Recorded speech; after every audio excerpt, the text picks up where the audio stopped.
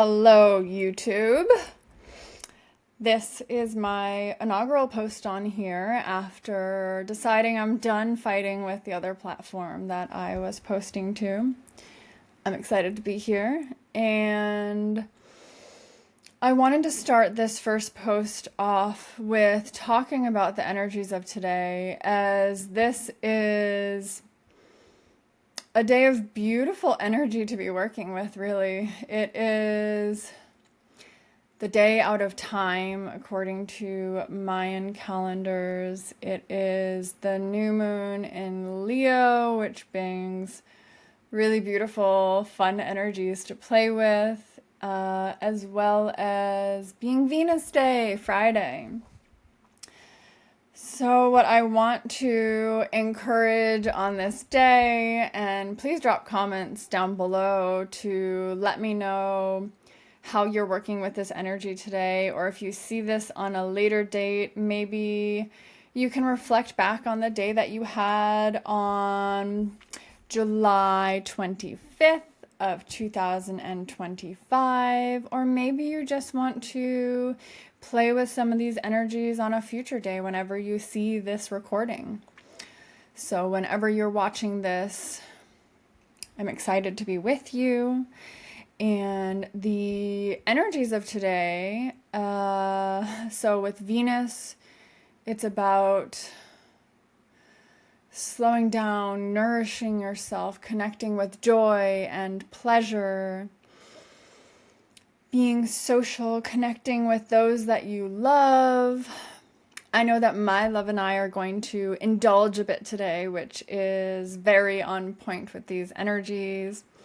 And by indulge, I mean a number of things. One being, he reached out and asked if there was anything I was in the mood for, and I knew exactly what I was in the mood for, and so we're going to have exactly that. He's going to pick up some salmon from a beautiful fish market near us. We're located in Maine, so as you can imagine, the fish selection is quite incredible and fresh, and then some snap peas and some mushrooms, and maybe we'll indulge in some other ways as well.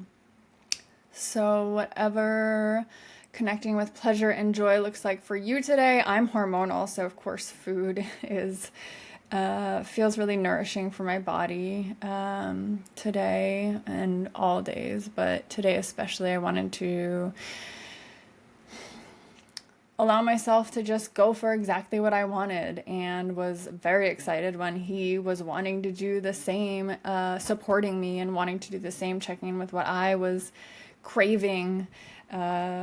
If your man or partner does not have access to wherever it is that you may track your hormonal cycles, I highly recommend, because mine does, and he knows therefore that I'm in my pre-bleed phase, and that usually comes with some cravings and wanting to be tended to and nourished, and just feels very supportive when your partner is able to do that for you, but you have to give them the ability to do that by giving them the necessary information.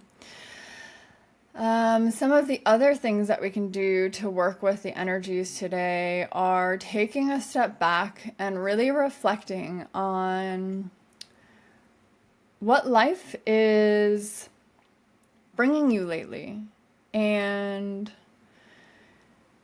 how you're contributing to that, which I know can be challenging to consider for some. It means accountability, right? So ever since I was 18, I had a level of awareness that we are creator beings without having the words for it. So when I was 18, I noticed a recurring theme in my life that was rather unpleasant. It was a recurring theme of a specific type of trauma that was really scary every time it happened, and felt really disempowering every time it happened. And at 18 years old, there was nobody around me talking about we're creator beings, and the energy that you carry and the beliefs that you hold, whether conscious or unconscious, directly contribute into what life brings you. I was still able to see that I was smart enough, right, to be able to comprehend that there was a recurring theme, yet the people, the abusers in this situation, were all completely unconnected, and there was nothing that I could point to that I was doing in a physical sense that would warrant this repeating pattern happening. And I began to comprehend that something else within me was drawing these experiences to me.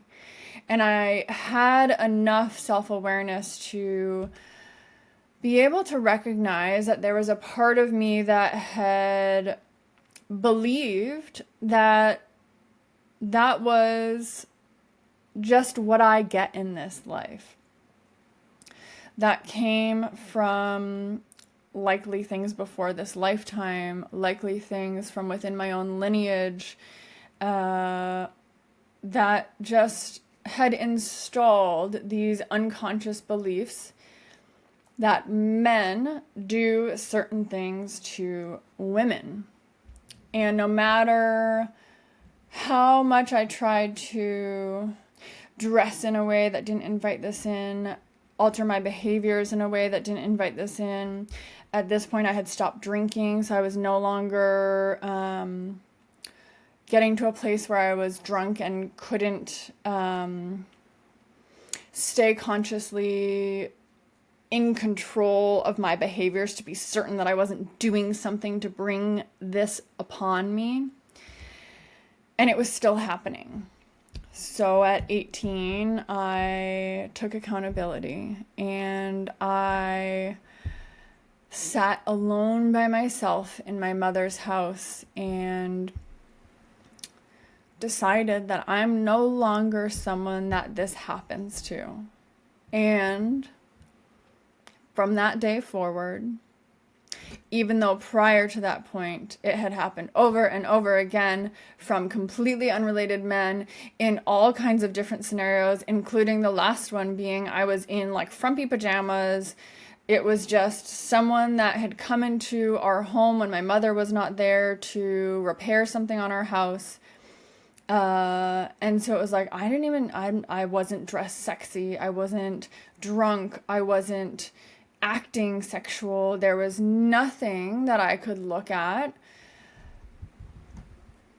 in terms of our standard ways of thinking we might bring something upon us that had warranted any of that. And so I had a knowing that it was that some part of me just believed that that was what I get. And so when I made that decision that I was no longer someone that believed that that was what happens to me and that men just do that to women, it stopped happening. That was kind of my first experience in this lifetime around seeing the correlation between the energy that we hold, which our beliefs are a part of that energy, and how that contributes to what we call to us for our experiences that we're creating. So from there, I began to decide other things. So I went from being a homeless high school dropout who had believed that I was not someone that was going to be financially abundant or successful because prior to that point, I was so depressed and anxious that I could barely function. I had dropped out of high school. I had spent a period of time homeless after being kicked out of my mother's house due to my drinking. I decided that I wanted to have a different life and I wanted to have a different story be my story. And I got my high school degree. I went to college. I began deciding that I was going to be someone that was going to be financially abundant and successful because I felt like that would feel good to see myself as successful and someone that could accomplish these things that I had seen other people around me accomplishing. And by the time I was in my mid 20s, I had accomplished that. I was now had gone from being a homeless high school dropout to earning six figures in my mid 20s.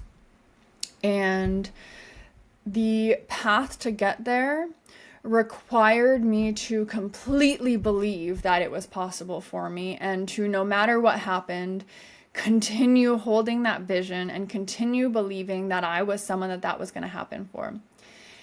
So that meant when obstacles came onto my path, I didn't let that derail me. I didn't let that convince me otherwise. I didn't allow myself to see roadblocks as a sign that it wasn't for me, that I wasn't going to be able to create this vision that I was holding in my heart.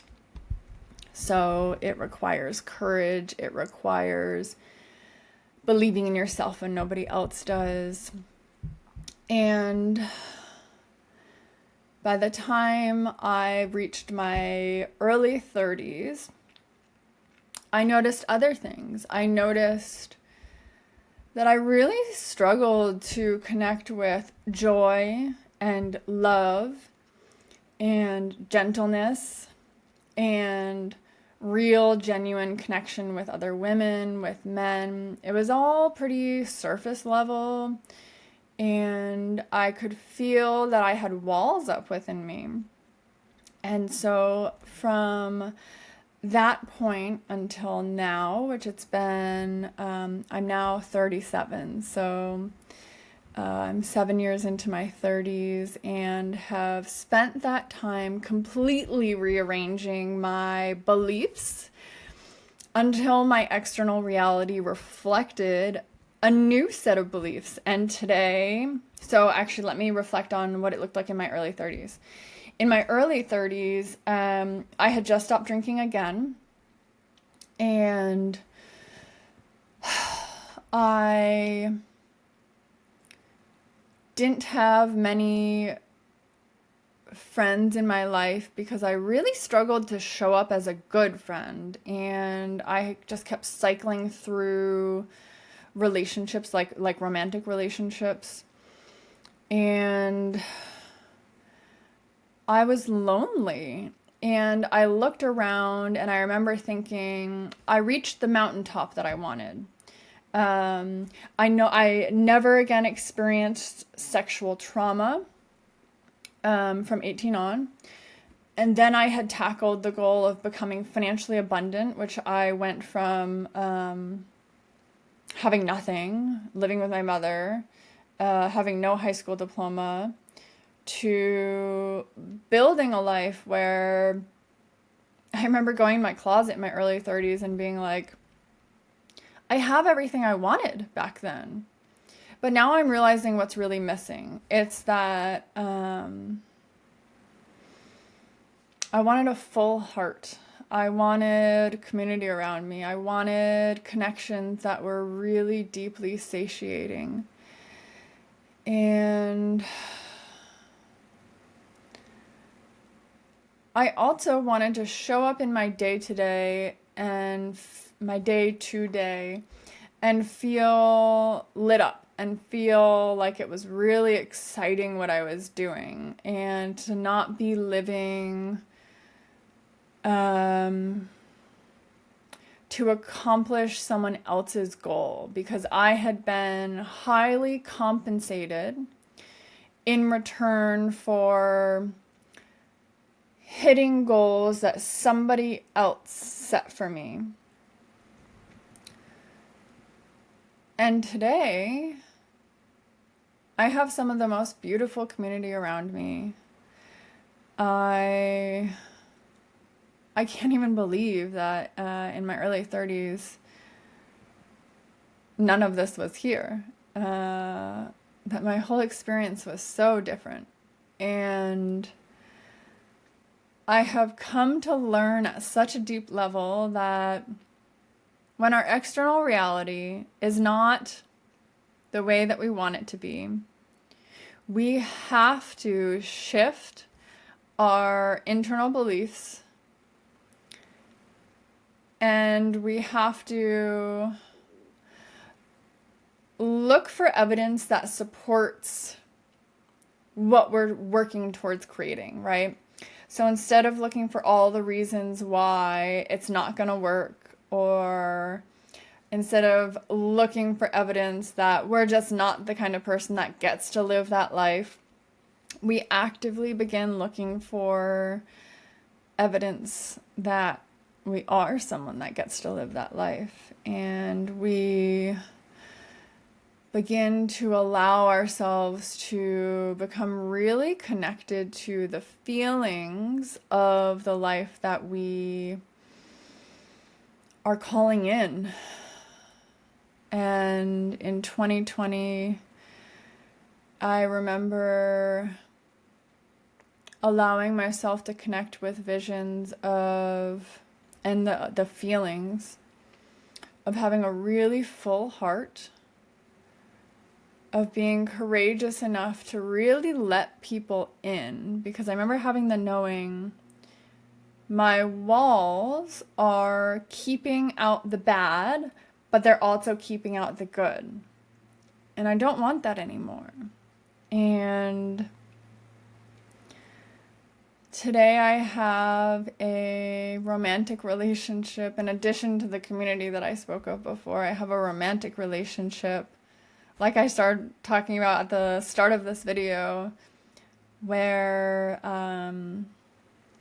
there's mutual respect. There's a desire within each of us to really support the other in getting to experience the life that each of us wishes to experience. And there's a really strong devotion to being willing to be with triggers instead of pointing the finger at the other person, which just keeps you in a loop. And learning from our challenges and remembering to notice all of the good things in our relationship instead of only noticing what's wrong. And it's an experience that I really didn't think that I would be able to access, just like I didn't think I was going to be someone that would be able to access financial abundance in the way that I created throughout my life. And part of that was I came from a single parent household. I didn't grow up with my father at all. And I didn't see many examples around me of healthy relationships where not only did they respect each other, but they really seemed happy and excited to spend time together. That just didn't seem like it existed. And I knew that that was something that I wanted to get to experience, even if I didn't see any evidence around me that it was possible. And I want to encourage on this day that you take a step back and you look at your life and you decide, what do you want to create that's not there now? What do you want to feel that you don't feel as much as you'd like today? What do you want to experience in this life? Because we're creator beings, as I'm alluding to throughout this entire video. We are creator beings, and there's some aspects of that which are challenging, like taking the accountability for what we've created so far. But there's aspects of that which are so, I want to curse right now, but I won't, that are so gosh darn exciting. Like, you can create anything you want, so long as you are willing to hold that vision even when there's not evidence around you supporting that it's possible. And even when there's parts of you that hold beliefs that directly contradict this thing that you wish to create. And it requires you to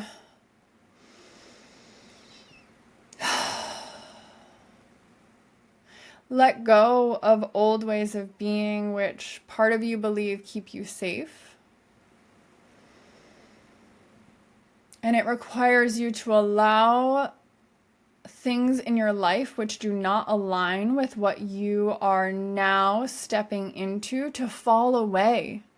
So there's this limbo phase. This is so important.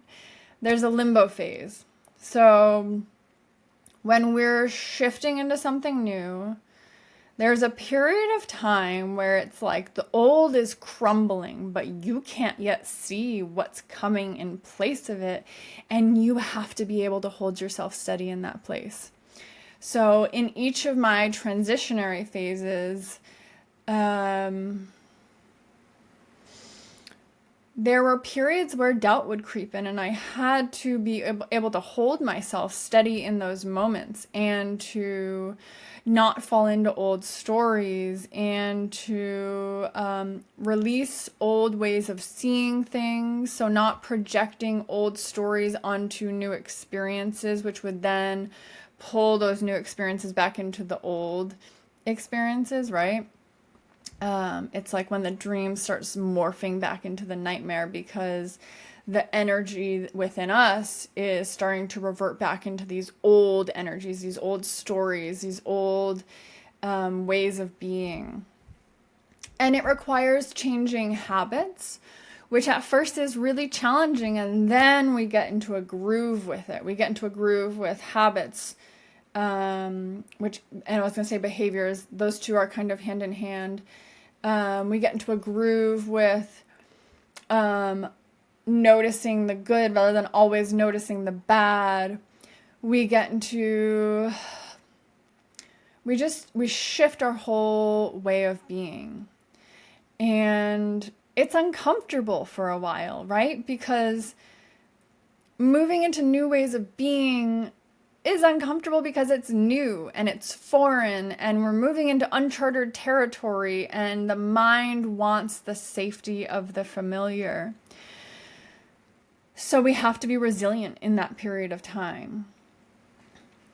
So today, how about we simply decide, how do we want to be living? What do we want to create? What are the beliefs that support what we want to create? What are the tools that can support us in shifting out of outdated stories and beliefs and into new ones? I've been really liking EFT. What are the practices that can help us hold steady in that transitionary period? I really like meditation and breath work, and also during transitionary phases, I really like doing energetic resets on my home, which I can dive into later. There's so many practices that can support us as we shift out of what we've been experiencing and into creating something new. Please drop in the comments what practices you've found to be most supportive, or if there's a new one that you're trying, so that we can start sharing ideas. And in addition to taking that step back and deciding what we want to be moving into, the energies of today are really conducive to connecting with self-care, self-nourishment, connecting with joy and pleasure and creative expression, including creative expression while releasing the need for it to be perfect, And remembering that when we allow ourselves to connect with those energies, we are cultivating from that place. So if we want to create more pleasure and joy in our life, we must intentionally allow ourselves to connect with those energies in the here and now.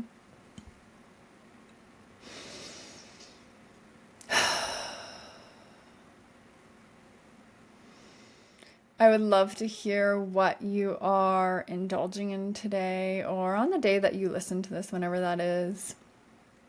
I'd love to hear what you're calling in, or what stories and beliefs you're releasing, so that we can support one another, so that we can honor the shifts that we're all making. And I really want to encourage you to get excited, because while there's accountability and there's action and there's challenging aspects to this, I'm telling you from experience that you can create whatever you want. So, what are you going to create? And perhaps in 6 months' time, or however long down the line it is, when you start seeing some of these things coming into your reality, maybe you circle back and drop comments about that to help validate to others that might watch this video that this is real. I've witnessed it in my life as well as many people around me. And a few other things that I'll drop in are remembering that the energies that we start each day with set the tone for our day. So when you wake up in the morning, remembering to not just fall into the energy, which this might be a habit for some of you right now, not just falling into the energy of, oh, it's another day, but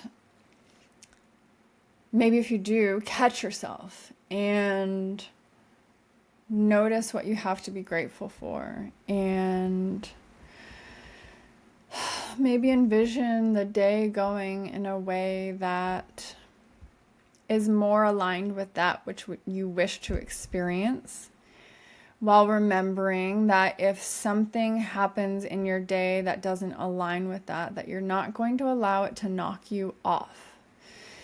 Because we're not just creating from the place of what we consciously are choosing, but also what we're unconsciously choosing. So maybe something happens that doesn't align with what you prefer.